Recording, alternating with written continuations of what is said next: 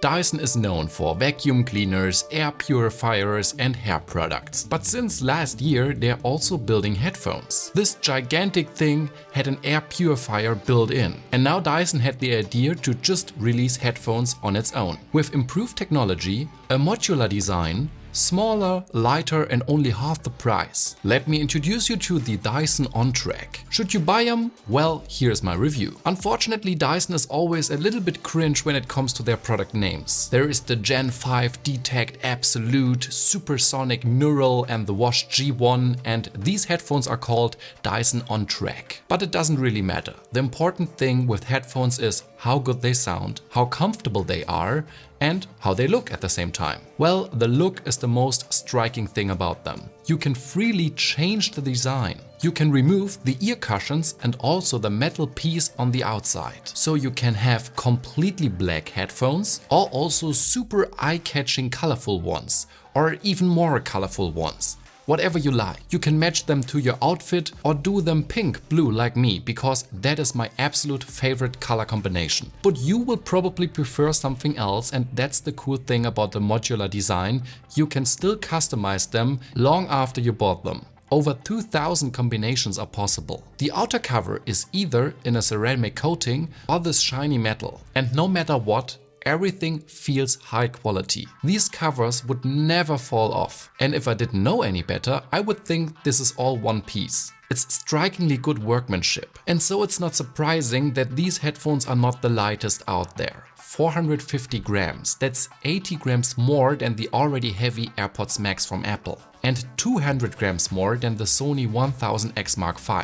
That is a shame, but the weight comes with its benefits. These things are mainly built out of metal and so sturdy that I have the feeling that I could sit on them or even step on them without breaking anything. And they actually feel lighter than the AirPods Max because they are better balanced. The battery is not simply in the ear cup, it's on the top left and right of the headband, inspired by the pockets of a horse saddle. The ear cups are super large and soft, quite cozy to be honest. I could wear them forever because of this, and I also think they are more comfortable than Sony or Bose. The only problem, if it's summer or you're doing sports, they get quite warm. Fun fact, this fabric was originally developed for the Dyson car. And because I've already briefly mentioned the battery, it lasts much longer than other headphones. A whole 55 hours. That's more than twice as long as the Apple AirPods Max. That's so long you could fly to Hawaii and back with the travel times in between and everything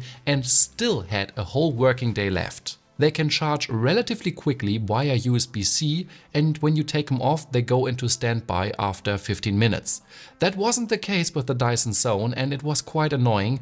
You can listen to music via USB-C to aux.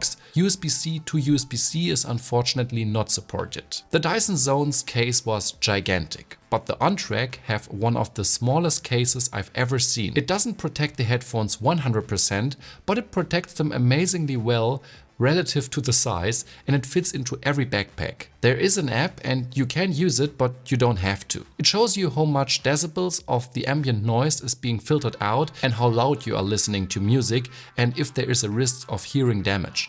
You can even permanently limit the headphones into the safe range. Unfortunately, there's no automatic device change, but AdaptX is supported and the latency is pleasantly low. There are 3 equalizer settings: neutral, optimized, which is a little bit more lively, and bass boost, which is quite a bit more intense. I think most people will like this one. I would still like to have a 4th freely adjustable equalizer for myself. These headphones cover quite a wide frequency range. It's 6 to 21,000 Hz. That is further than the Dyson Zone and also further than the human ear can even perceive. The bass is rich and boomy. Highs are crystal clear. It's a very pleasant, fairly organic sound that should impress most people. I sometimes wish they would be a little bit sharper here and there though. Compared to the direct competition, I have to say that the Sony sound a little bit more three-dimensional and the Sonos Ace more spacious. The AirPods Max are a tad more detailed but also more metallic. To be honest,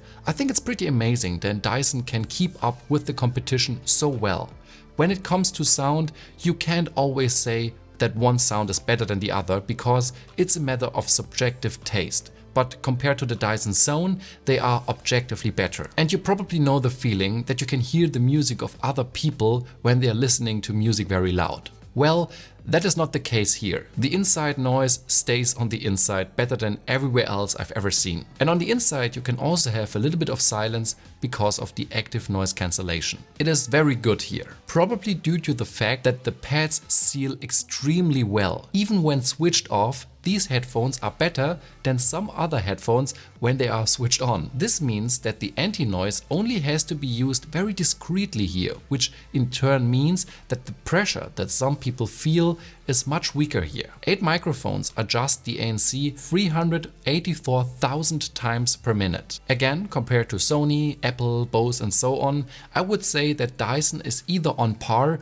or only slightly below. In an airplane, train or cafe, most noises are muffled so much that you only have to listen to very quiet music to completely be unaware of the outside world. Unless, of course, you want to hear it. And then you can double tap on the ear cups or the headband and the transparency mode is switched on. The transparency mode is also at the very top. It's not quite as if you're not wearing headphones at all, but it's 85 to 90% there. Other headphones tend to sound a bit artificial. That is not the case here at all.